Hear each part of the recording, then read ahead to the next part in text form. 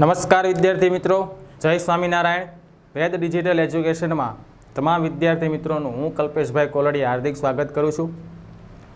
મિત્રો, આજે આપણે ધોરણ 6 વિષય ગણિત ચેપ્ટર નંબર 1 જેનું નામ છે સંખ્યા પરિચય, જેનો આપણે આજે અભ્યાસ કરવાનો છે. તો મહત્વની વસ્તુ એ કે આપણે સંખ્યાનો ઉપયોગ ક્યાં કરીએ છીએ, તો કે કોઈ પણ ગણતરી સરળતાથી કરી શકાય એટલા માટે આપણે સંખ્યાનો ઉપયોગ કરીએ છીએ. બરાબર. ત્યારબાદ સંખ્યાની અંદર કેટલા પ્રકારની સંખ્યાઓ આવશે મિત્રો, બરાબર. તો સૌ પ્રથમ આપણે ચેપ્ટરની પ્રસ્તાવના જોઈએ કે પ્રસ્તાવના શું કહેવા માગે છે કે વસ્તુઓની ગણતરી આપણે સરળતાથી કરી શકીએ, મોટી સંખ્યાઓમાં રહેલી વસ્તુઓને પણ આપણે ગણી શકીએ છીએ, બરાબર. આ બધા તેના શું છે, ઉપયોગ છે. તો એના માટે હું તમને સૌ પ્રથમ સંખ્યાઓના પ્રકાર વિશે થોડોક અભ્યાસ કરાવી દઉં, બરાબર. કે ભાઈ સંખ્યાઓના પ્રકાર ક્યાં ક્યાં. તો શરૂ કરીએ આપણે.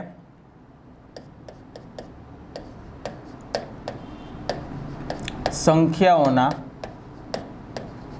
પ્રકાર. જે પ્રકાર હું તમને ધોરણ 6 ની અંદર ભણાવું છું એ જ પ્રકાર 7 ની અંદર, 8 ની અંદર, 9 ની અંદર તમારા અંદર આવતા જશે, બરાબર છે. તો સૌ પ્રથમ પહેલો પ્રકાર આવશે સંખ્યાઓનો એક ગણ, પ્રાકૃતિક સંખ્યા ગણ. કેવો સંખ્યા? પ્રાકૃતિક સંખ્યા ગણ, બરાબર. પ્રાકૃતિક સંખ્યા ગણની શરૂઆત ક્યાંથી થાય છે, તો કે 1 થી 2, 3 આવી રીતે ક્યાં સુધી છે, તો કે અનંત સુધી.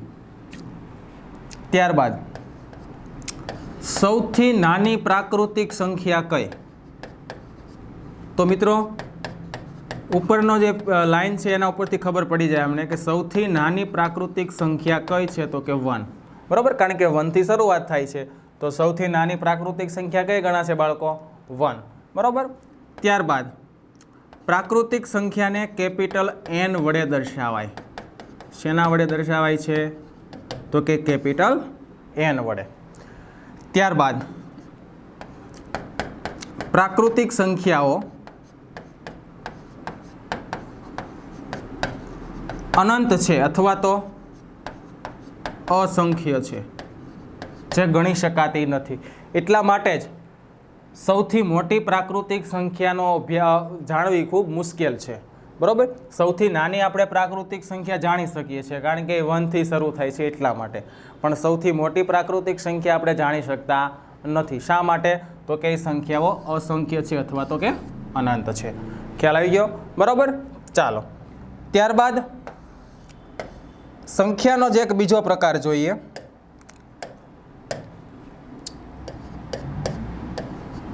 પૂર્ણ સંખ્યાઓ અથવા પૂર્ણ સંખ્યા ગણ. પ્રાકૃતિક અને પૂર્ણ બંનેમાં થોડોક જ ડિફરન્સ છે. પૂર્ણ સંખ્યાઓની શરૂઆત 0 થી થાય છે મિત્રો, અને એ પણ ક્યાં સુધી છે?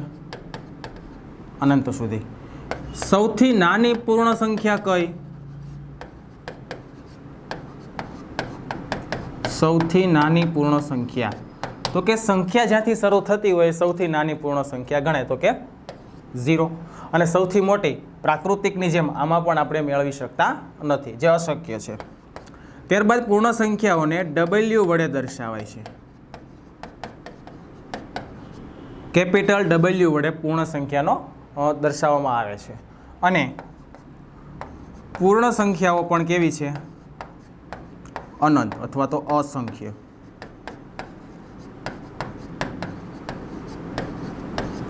ક્લિયર આટલું? બરાબર.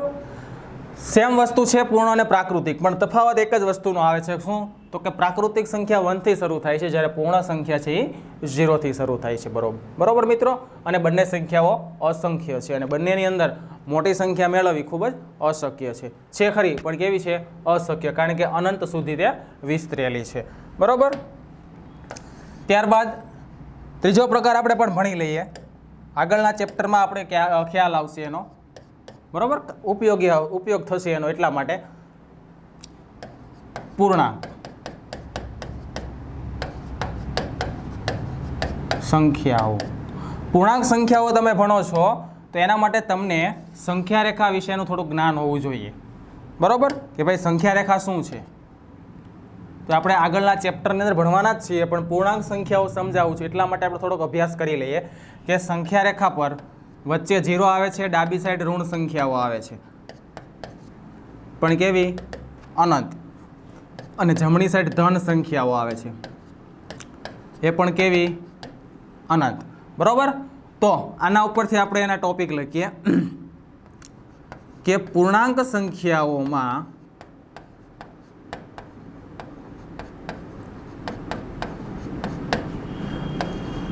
ધન, ઋણ અને શૂન્યનો સમાવેશ થાય છે. પૂર્ણાંક સંખ્યાની અંદર ધન, ઋણ અને શૂન્ય 3 પ્રકારની સંખ્યાઓ આવેલી છે બાળકો. બરાબર છે. તો આની અંદર સૌથી મોટી સૌથી નાની સંખ્યા મેળવવી ખૂબ મુશ્કેલ છે, કારણ કે આ સંખ્યાની કોઈ શરૂઆત જ નથી. જો આપણે આગળ ભણ્યા પૂર્ણ અને પ્રાકૃતિકમાં સંખ્યાની શરૂઆત હતી સ્પેસિફિક, બરાબર કે પ્રાકૃતિક તો કે 1 થી શરૂઆત થાય, પૂર્ણ તો કે 0 થી શરૂઆત થાય. જ્યારે પૂર્ણાંક જે છે એમાં ધન, ઋણ અને શૂન્ય 3 પ્રકારની સંખ્યાઓ આવે છે. શૂન્યની ડાબી બાજુ બધી ઋણ છે અને શૂન્યની જમણી બાજુ બધી ધન છે. તો કઈ સંખ્યા ક્યાંથી શરૂ થાય છે ખ્યાલ નથી, એટલે સૌથી નાની સંખ્યા પણ ન મેળવી શકીએ અને સૌથી મોટી સંખ્યા પણ આપણે મેળવી શકતા નથી. આ બધી સંખ્યાઓ પણ અસંખ્ય છે મિત્રો. પૂર્ણાંક સંખ્યાઓ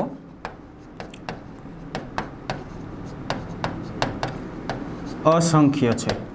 ત્યારબાદ પૂર્ણાંક સંખ્યાઓને કેપિટલ Z વડે દર્શાવાય છે.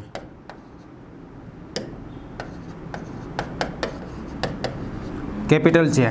બરાબર. પૂર્ણાંક સંખ્યાઓ માટે ક્લિયર આટલું? બરાબર છે. હવે આપણા પાઠની આપણે શરૂઆત કરીએ.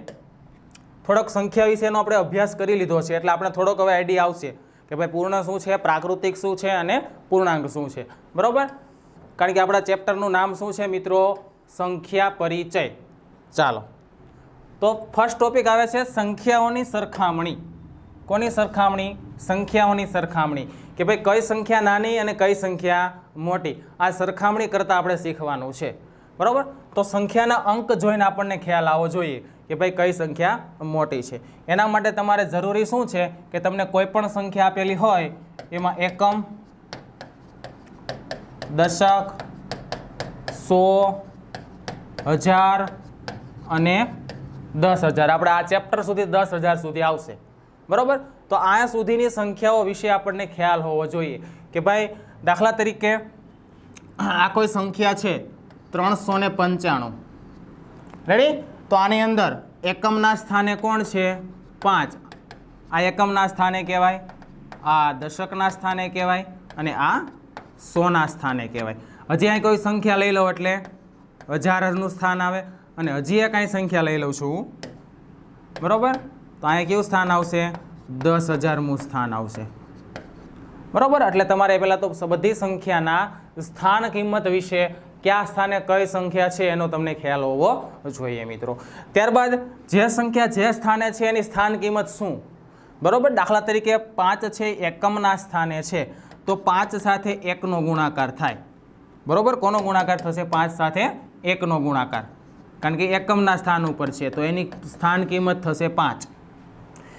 તેવી જ રીતે 9 છે એ દશકના સ્થાને છે, તો 9નો ગુણાકાર 10 સાથે થાય મિત્રો, એટલે એની સ્થાન કિંમત ગણાય 90. ત્યારબાદ 3 છે એ 100ના સ્થાન ઉપર છે, તો 3નો ગુણાકાર 100 સાથે થાય, એટલે એની સ્થાન કિંમત ગણાશે 300. ત્યારબાદ 4 છે એ 1000ના સ્થાન ઉપર છે, તો 4 ગુણ્યા 1000 કહેવાય, એટલે એની સ્થાન કિંમત થશે 4000. બરાબર.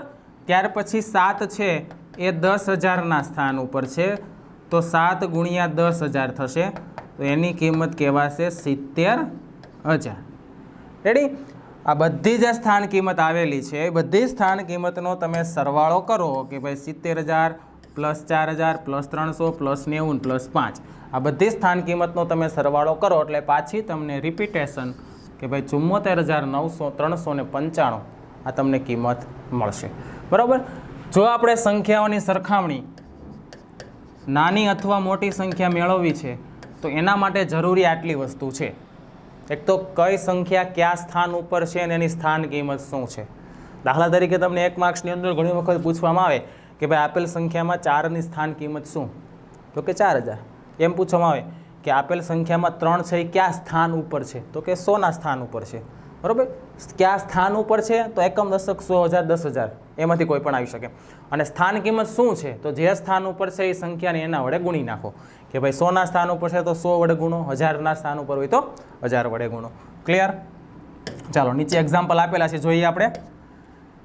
92, 392, 4456, 89,742. હવે આ સંખ્યામાં એમ કહેવામાં આવ્યું સૌથી મોટી સંખ્યા કઈ છે, તો જોતા જ ખબર પડે. અહીંયા 2 અંક જ છે, અહીંયા 3 અંક, અહીંયા 4 અંક, અહીંયા 5 અંક. તો 5 અંક હશે એ જ મોટી હશે, સૌથી ઓછા અંક હશે એ જ નાની હશે. બરાબર, પણ હવે અહીં તમે જોશો તો ખ્યાલ આવશે કે બધી સંખ્યા 4-4 અંકની છે. કેવી છે? બધી સંખ્યા 4-4 અંકની છે. બરાબર, તો એના ઉપરથી આપણે કેમ નક્કી કરવાનું? તો એના માટે સરળ વસ્તુ છે, તમારી માટે આ પહેલી વખત છે આ રીતનું કે સંખ્યા નાની મોટી કઈ રીતે કરવી. તો જોવાનું કે જેટલી પણ સંખ્યા આપેલી છે, બરાબર, બધાનો પહેલો અંક કયો છે? બધાનો પહેલો અંક કયો છે? તો કે અહીંયા 1 છે, અહીંયા 1, અહીંયા 9, અહીંયા 9 અને અહીંયા 9. હવે તમારો પ્રશ્ન સમજો કેવો છે કે આ જે રકમ છે આમાંથી તમારે મોટી સંખ્યા મેળવવાની છે. સૌથી મોટી કઈ? તો પહેલો અંક જેનો મોટો હોય એની સંખ્યા મોટી હોય હંમેશા.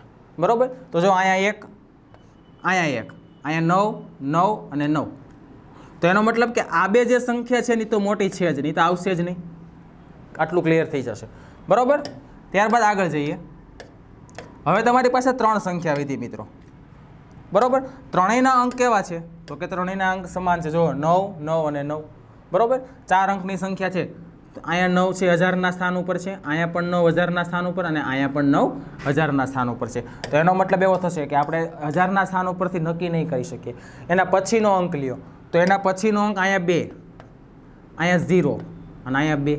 તો એનો મતલબ કે આ સંખ્યા ગઈ. હવે 0 છે એટલે તો નાની જ થવાની છે પેલે 2 સંખ્યા કરતાં. બરાબર, અંક મોટો જ ગોતવાનો હતો આપણે. તો હવે બે બાજુ 2 છે, તો હવે શું કરવું પડશે? ત્રીજો અંક એના પછીનો લ્યો, અહીંયા 0 છે, અહીંયા શું છે? 1. તો 0 મોટા કે 1 મોટા મિત્રો? તો કે 1 મોટા, એટલે આ સંખ્યા ગઈ. તો હવે તમારી પાસે કઈ સંખ્યા વધી બાળકો? તો કે 9210, એટલે કે 9210 એ આપેલી સંખ્યામાંથી સૌથી મોટી સંખ્યા થશે. બરાબર, આ રીતના એકદમ સરળતાથી આપણે મેળવી શકીએ. જો મોટી સંખ્યાની જગ્યાએ એમ કીધું હોત કે નાની સંખ્યા કઈ, તો નાનો અંક લેવાનો. બરાબર, એ પણ આપણે એક સમજી લઈએ. ચાલો હવે હું આમાં પૂછું છું કે નાની સંખ્યા કઈ. તો પહેલો અંક લ્યો 1, 1, 9, 9, 9. જો આ બધા મોટા અંક છે પહેલાં, એટલે એ ન આવે. 3 તો નીકળી ગઈ. હવે 2 જ તમારી પાસે વધી. તો પહેલો અંક 2માં સરખો છે, બીજો અંક પણ 2માં સરખો છે, ત્રીજો અંક અહીંયા 0 છે, અહીંયા 2 છે. તો 0 મોટા કે 2 મોટા? તો કે 2 મોટા. તો નાના કોણ થયું? 0. આપણને શું કીધું હતું? નાની સંખ્યા. એટલે આપણી નાની સંખ્યા કઈ બનશે મિત્રો? ફર્સ્ટ આવડ્યા 1902. બરાબર, આ રીતે આપણે સંખ્યા છે એ નાની મોટીનો અભ્યાસ કરી શકીએ છીએ અને સરળતાથી આપણે મેળવી શકીએ છીએ. બરાબર, ચાલો ત્યારબાદ તમને એક વસ્તુ આપેલી છે, પ્રયત્ન કરો. શું કીધું છે જોઈએ. શું તમે તરત જ કહી શકશો કે દરેક આરમાં સૌથી મોટી અને સૌથી નાની સંખ્યા કઈ છે? તો કે હા, તરત કહી શકાય મિત્રો. બરાબર, જો અંક સરખા હશે બધાના તો થોડીક તમારે વાર લાગશે, પણ અંક જ વધઘટ હશે. દાખલા તરીકે પહેલું જ તમને આપેલું છે, જુઓ અહીંયા 4 અંક, અહીંયા 5, 3, 4, 3. તો સૌથી મોટી સંખ્યા કઈ? તો કે ભાઈ 5 અંકવાળી જ થાય. ખ્યાલ આવ્યો? આ સૌથી મોટી થશે અને સૌથી નાની કઈ થશે? 3 અંકવાળી. 3 અંકવાળી 2 છે તો એક 100 છે અને એક 310 છે. તો ખ્યાલ આવી જાય કે ભાઈ 100 છે એ નાની છે. એવી રીતે અહીંયા જુઓ સૌથી મોટી, તો કે આ ચોથા પ્રશ્નમાં સૌથી મોટી, તો કે અહીંયા 5 અંકવાળી. સૌથી નાની, તો કે 124. અહીંયા સૌથી નાની, તો કે 111. કેટલું સરળ છે. કેમ?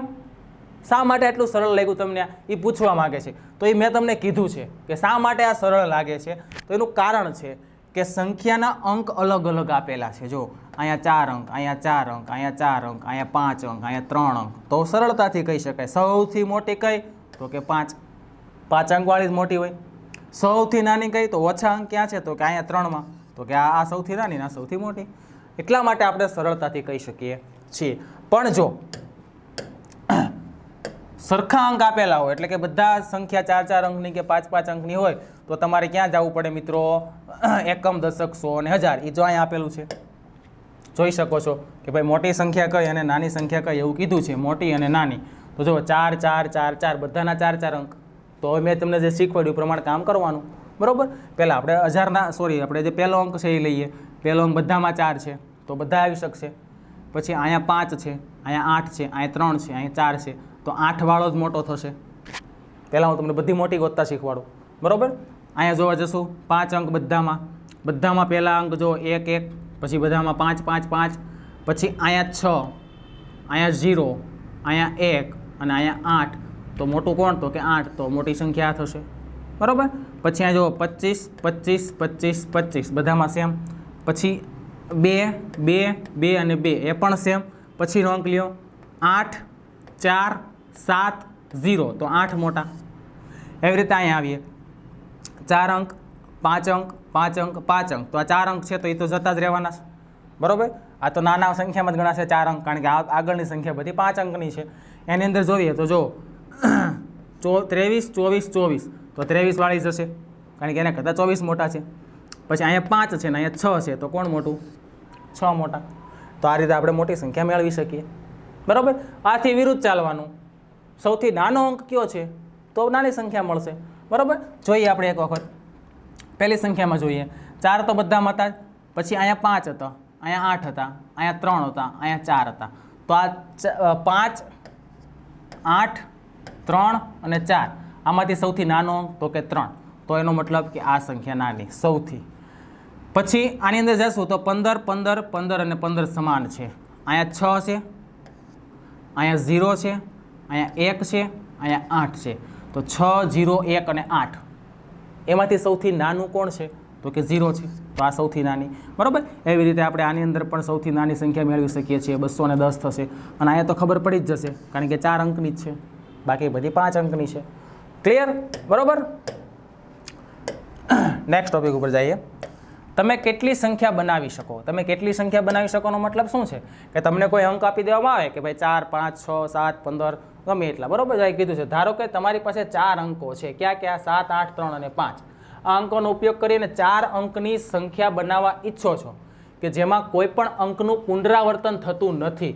કે એનો મતલબ કે કોઈ પણ અંક રિપીટ ન થવો જોઈએ. રિપીટ ન થવો જોઈએ એટલે કે ભાઈ હું 7 8 3 અને 5નો ઉપયોગ કરું, આ સંખ્યા બનાવી 4 અંકની. હવે એમ કહું મારે હજી એક મૂકવો 7, તો જો 7 2 વાર આવ્યા. 7 કેટલી વાર આવ્યા?